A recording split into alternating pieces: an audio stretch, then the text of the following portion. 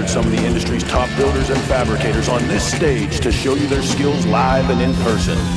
Watch as they chop, grind, and weld their creations into existence right before your very eyes. Feel free to ask questions at any time directly to your host, Pat Jansen. The doors to the shop are open, so pull up a stool, kick back, and welcome to the Grease and Gears Garage. All right, folks, I'm Pat Jansen. If you think you recognize me, you watch too much porn and the weird kind. I do Grease and Gears Garage here, and we just bring builders up from around the country, and they show you one thing they're going to do, typically day in and day out in their shop. We just have a good time. It's mostly the only way I get to see people at motorcycle rallies. So I try to schedule friends, so I always have them here. Tom's a good guy. Tom, tell me, everybody, where your shop is. All right, I'm Tom Keefer from Pennsylvania, just below Harrisburg, above Gettysburg. I have a shop called Franklin Church Choppers. Been in business since 2001. This is my third time being up here at the Grease and Gears. Chris and Heather, and happy anniversary, has invited me back again to do another segment. I build about 4 to 5 bikes a year, but I predominantly do service and repair. My niche is service and repair, cams, brakes, inspections, tires, the stuff that's going to keep you on the road. So I do the bike building in the winter. So today I'm going to talk a little bit about 4-piston calipers.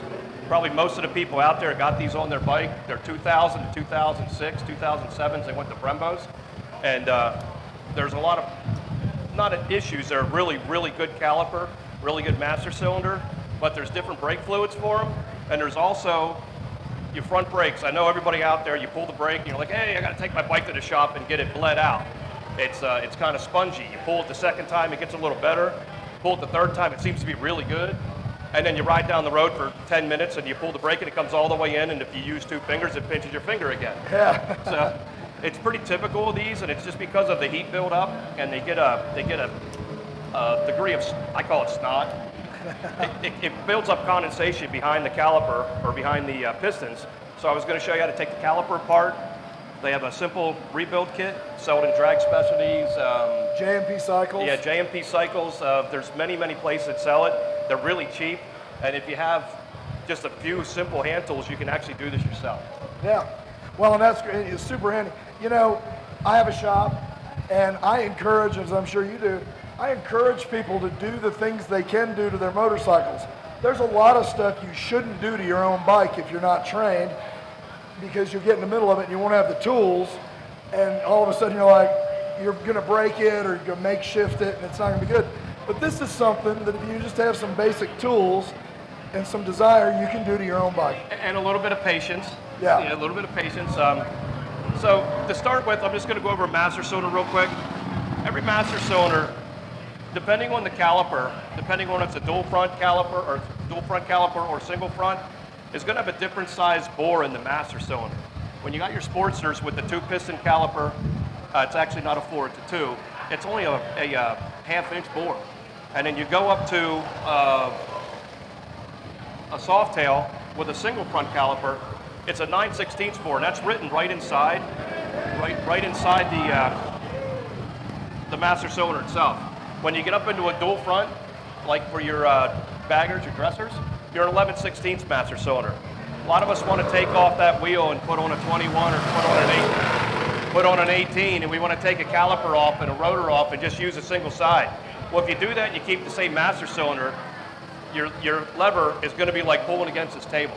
Right. It's not going to move. You'll have brake, but you won't have any feel with it. So you need to step down to the 9/16 master cylinder. Real simple. You can find them eBay, swap meets. People take them off because they all want the pretty chrome ones. Yeah. You throw it on, you have a whole new world again with your brakes. It'll be really good. Yep. You can't run that single 4-piston caliper with an 11/16. You need that 9/16. Makes a huge difference. That's a mistake a lot of people make. Good word. The second mistake is Harley had 2 separate, well, there's been many fluids, .3, .4, .5. They started putting .5 in early and then went back to .4.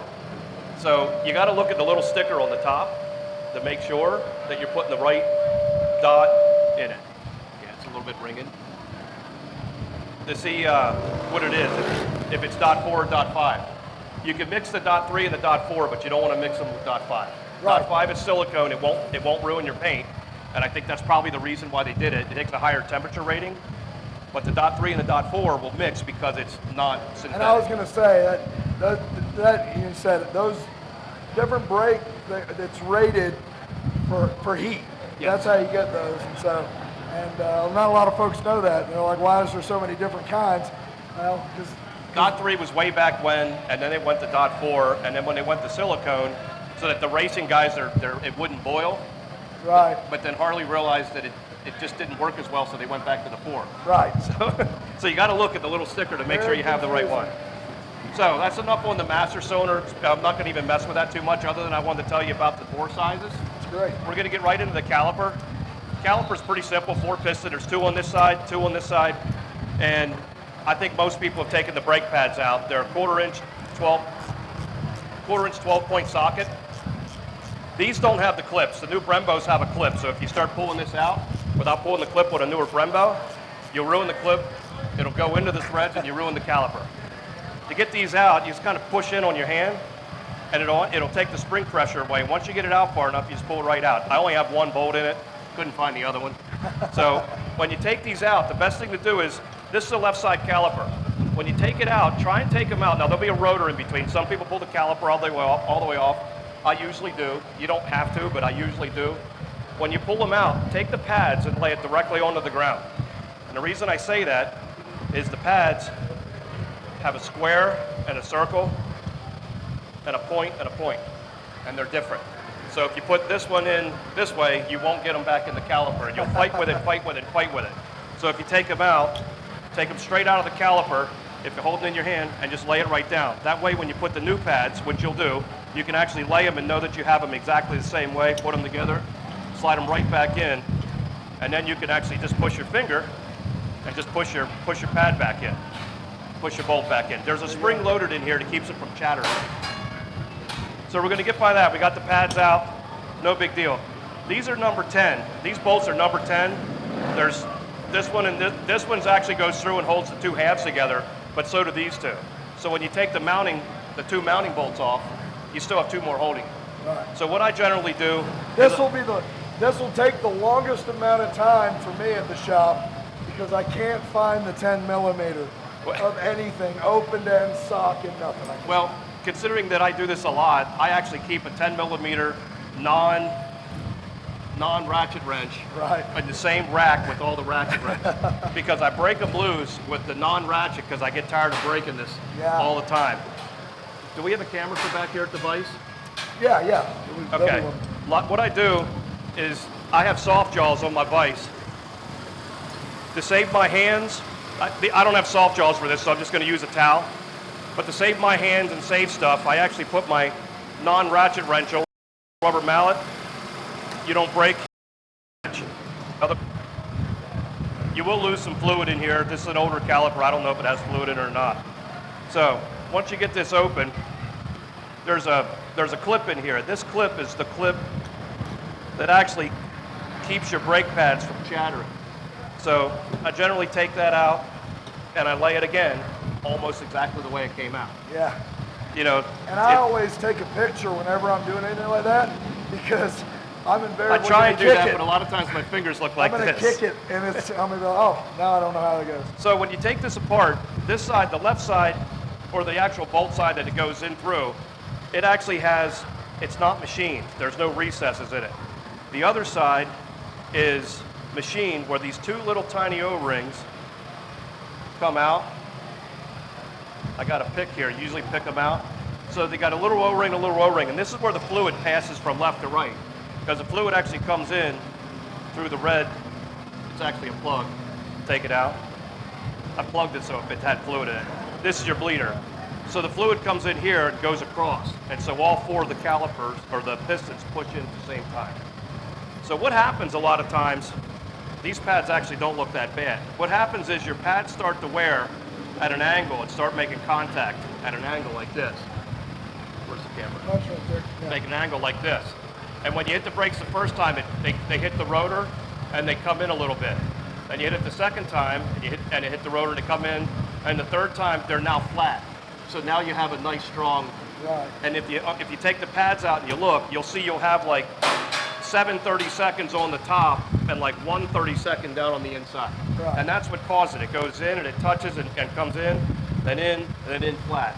And if you look at your pistons then too, they'll not be square in the bore. Right. So that's one of the things that happens. So I got a tool here. It's a pair of pliers, and it actually had rubber things on it. They disintegrated. Yes. But you put this in, and sometimes you can get lucky enough to squeeze this and turn it, and these will come out.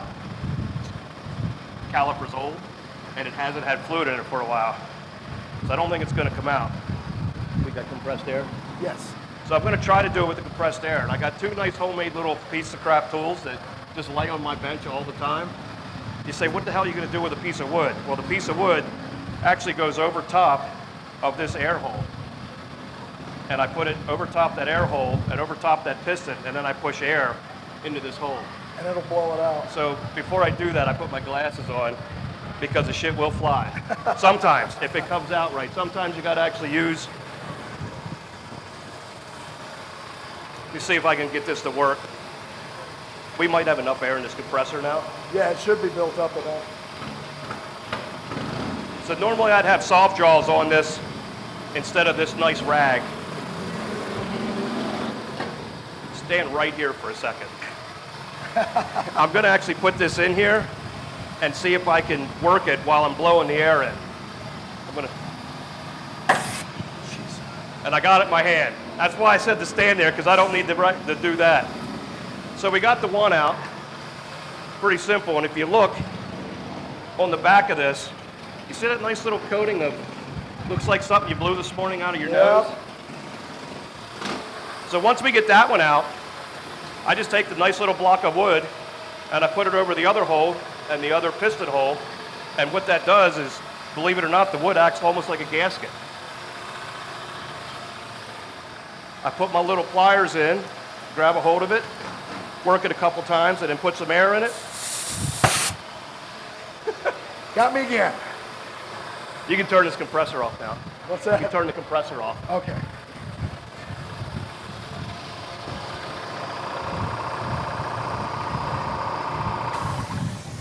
Makes it a little less louder up here. Yeah. All right, so now that we got the pistons out, if you look, I don't know if you can catch this, but up here on the very back, there's yellow, nasty, snotty, that's what I call it. It's snot. You got a rag? Yeah. It's snot, and that's what happens when you're going down the road on a chilly morning and you hit the brake, and that makes a bunch of heat. And when that heat's made on there, it transfers back through the piston, back through the pads, back through the piston, because they're making contact just like that, and it condensates behind there. That's what makes your soft feel, your spongy soft feel. So there's two different. There's a dust shield rubber. I'm going to pull out with this pick, if I can get hold of it. Come on. There. There's a little dust shield rubber, and it's real small, it's real thin. And then the other one is actually the seal for the caliper, for the actual piston itself. It's got a little bit more heft to it. You would think to yourself that you just take them and put them back in, but this kit's like $22. So it makes no sense at all to mess with it. Plus, sometimes these little O-rings that are in the middle between the two, they'll be cut, they'll be cracked, they'll be dry, they'll be worthless. So good rule of thumb is, if you're working on anything and you have the opportunity to replace an O-ring, just replace it. If you got this far, they're cheap. If you got this far and you don't want to spend $22 more, you're just going to do the job again in 3 weeks. Exactly. So once you got this apart, I generally take some brake clean, and I didn't bring it. I had it, but I forgot it. Just spray it in. I spray it down in this, down in the piston. Just a little bit. It doesn't need much. Just enough to go in there. And I wipe out that snot. The snot is what takes up the room, and what doesn't allow the fluid. It allows the fluid to squish into it. It does weird stuff. So once you get that out of there, you open up your trusty new little kit.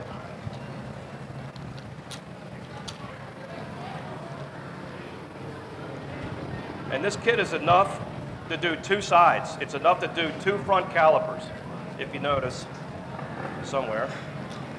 Oh, they shorted me a couple O-rings in that. Oh no, I took them out. I already had it open. Yeah.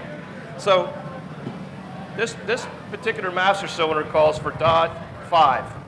So I got the .5 fluid, and what I'm going to do is just take a little bit of this. I stick my finger right in it, turn it upside down. I got some fluid on my finger. Just rub it around this rubber gasket, and they'll literally, they just kind of pop right back in with no issues at all. And I take my finger then, nice and lubed up, that's what she said, and I rub it right through here. There you go. You take the second one, the real little thin one, and I put a little on that, and I do the same exact thing. I just put it in that groove, and it just kind of falls right in there. So these two are already done. So I'm going to do another one right here. Pop this one in. Actually, I'm sorry, I was wrong. This kit does 1 caliper. There's 8. Right. I lost count there Both for a sides. second. Yeah, I lost count there for a caliper, second.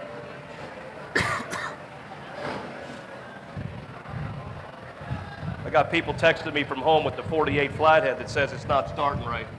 He hasn't changed the condenser yet. Rick, change the condenser. He's watching.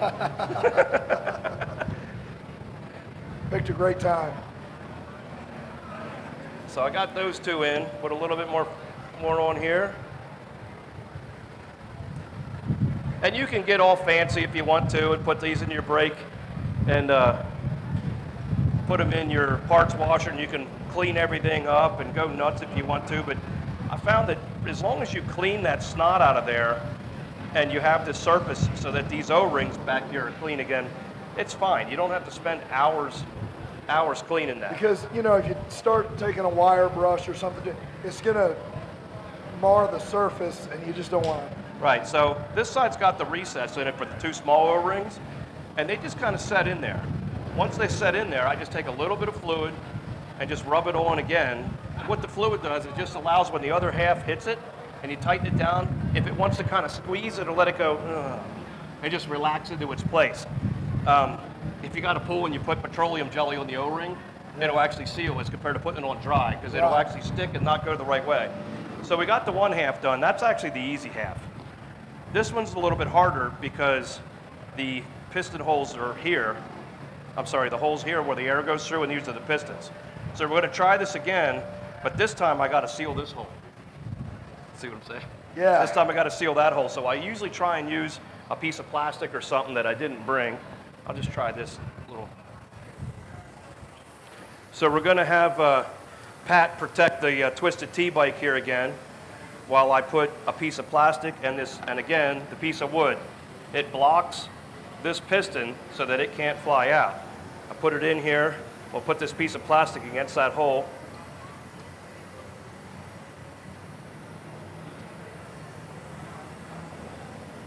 I'm going to tighten it up. And again, at home I have soft jaws. This caliper I'm not overly concerned with. Right. So we got it in there. So I'm going to grab my pliers again. You grab my pliers there, Pat? And I'm going to grab a hold here and give her a twist and see if it's loose. And it's got some movement to it. So I'm going to have you protect the bike. And I'm going to, oh, I got to get that red plug. Oh, yeah. Yeah, I got to get the plug and put down. That was the other thing. I forgot about it. The red plug's got to block the actual inlet where the fluid comes when you pull the master cylinder. If you don't, it's just going to blow out that hole. Ready? Yep. Come on, baby. They pop, don't they? Yeah. Didn't scare me that time. Yeah, I'm getting used to it. So that one's a little snotty too, but this one isn't nearly as bad as some of the ones I've found. So I'm going to actually now flip it back over, use the piece of wood to block the piston we just took out, and use the plastic again to try and block this other hole. Squeeze it down without blocking this piston. This one's going to be a little tougher because it's not wanting to sit there right. We'll try it, see if we can get it out of there.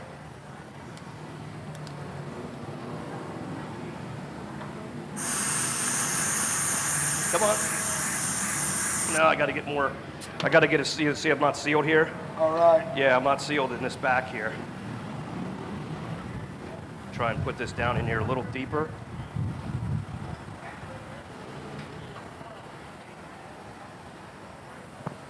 Maybe now.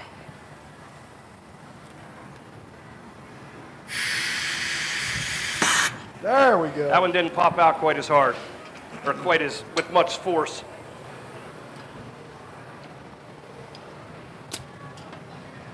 So we got the hard side apart. And the reason why it's the hard side is because it has this built-up lip on the separation, and it has the bleeder, and it has the inlet. So you got to plug the inlet, or when you blow the air in, it just blows right out the inlet. Right. The feed line, I should say. And we can leave that in there. So we get some of this stuff out of the way. Now we're going to do the same exact thing we just did. We are going to take and use the pick. We're going to take out the rubbers, and it doesn't matter which one you take out first. It doesn't matter how good you do it. Just try and pick them without scratching the aluminum caliper, because you can scratch it. And then that'll give you a problem with hanging up. But you're just kind of going in the groove underneath the rubber and just kind of popping it right out. Don't use a screwdriver. I mean, use a pick. This pick's a little bit worn, but it does work.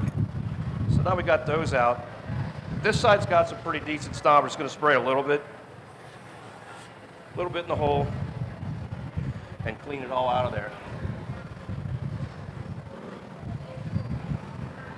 It looks really good. The bores are nice and clean still. They just had some snot under them. So now I'm just going to take a little bit of the brake clean, spray onto the original piston. It'll have a little dirt ring around the edge where it would just hanging over the edge. And you can do all 4 of those at one time. You just kind of rub the dirt ring off. You don't have to worry about the back side because it doesn't do anything. Right. But you got to worry about the clean side. So you worry about the clean side.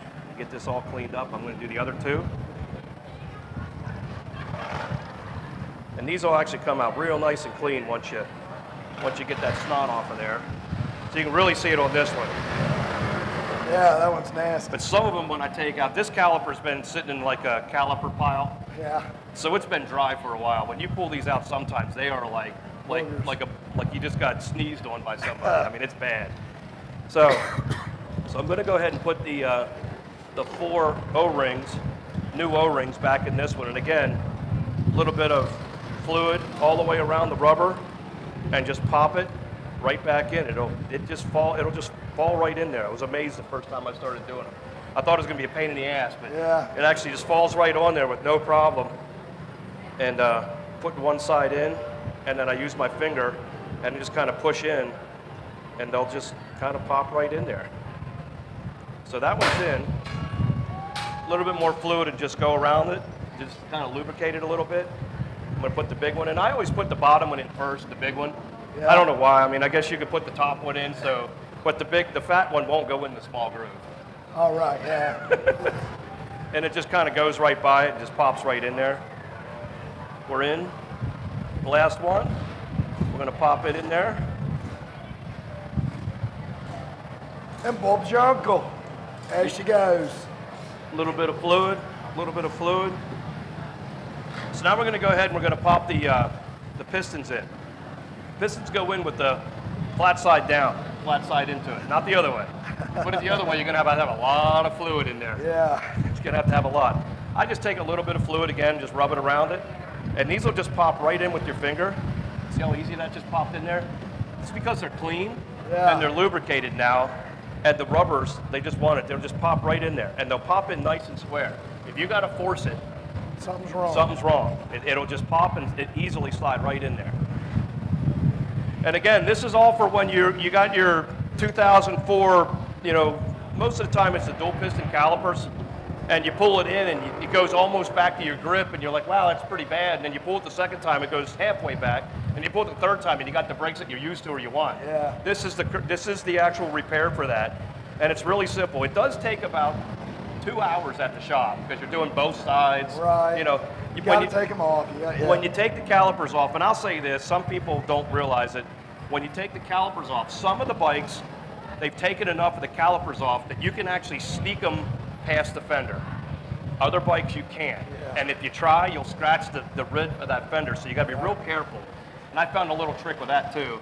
I pulled the front 2 bolts out of the fender, not the back 2. Just drop it. And just drop the front of the fender up, and that little tiny bit lets it come right out. Oh, that's good, yeah. It lets it come out without having to take the whole tire and the wheel and the fender, because the fenders have lock brackets on it. You do have to take a long screwdriver through to put the lock tab. Right. And then once you do it, I never put them back. I just put Loctite on them, and Right, you don't need to. So now you got your caliper all rebuilt. You got your new rubbers in, your 2 rubbers. You got your 4 rubbers on this side, your 4 rubbers on this side. Make sure the surface area here is nice and clean, and this surface area here is nice and clean, and your O-rings don't have any debris from setting them down. Go ahead and put your caliper. Actually, I'm sorry, I went ahead of myself. There's the anti-rattle spring. I generally don't even clean it up unless it's got something growing on it. Yeah. But it'll fit in there, and it only fits in one way. If you put it in the wrong way, you won't be able to get the calipers together. So you go ahead and set her back together, set your caliper on, your other half on, and if your halves go together, see, like that one's fighting, see that? Right. It won't go together. So I'm gonna pull it off, and I'm gonna flip it over. And now I'm gonna set it together. It just lays right on. See how it lines right up now? There you go. Now what I generally do is, now these are your 2 mountings, so you don't put the bolt back in there. But I take, and I put a little bit of blue Loctite, not much, just a little bit. And I go ahead and put this together. I'm a ratchet wrench guy, I love ratchet wrenches. Whoever invented that is my best friend. Don't buy the ones that don't reverse, because you'll get Right. yourself backed out and you can't change it. Yeah. You'll get it backed all the way out against something and you can't get the Yeah, and wrench then you're off. stuck, and then you got to put it, but yeah. These are real cheap, your Advanced Auto, stuff like that. At Christmas time, you can buy a 10-piece set for 50 bucks. Yeah. And they're beautiful. So these, there is a torque on this, but that was it. There we go. It just has to be hand torque tight. It doesn't have to be Gorilla strong, Gorilla tight. So you got these in. Anytime you do this job, put yourself a new set of brake pads in, because the brake pads are always going to be worn at an angle. Brake pads are cheap. You go to Harley, they sell them for 40 bucks or $45. Going's good, Go to but J&P. stopping's better. I like to use the sintered brake pads, semi-sintered. The organics are fine, but it takes a lot more pedal pressure or hand pressure to stop it, but they're less dirty. Right. So it's whatever you want. I use the Drag Specialty semi-centered, is what I use all the time, and they're $29, $32 a set, somewhere in that neighborhood. And again, when you set these in, you'll know, because if you set them down in, there's a special way. Like that way was wrong, because I could feel that they didn't want to go in correctly. Flip them around, and when you put it in that time, your piston will actually, excuse me, not your piston, but your bolt, there's a second bolt. You'll be able to actually put the second bolt in Just lines them up. there. It lines them right up, and everything will be good. That's So great. that's really all there is to it. There's not that much to it. You will get dirty, and Take your time. my suggestion is once you put the caliper back on, use 2 new crush washers for your end. It'd actually be 4. There's one on the top side, one on the bottom side on each side.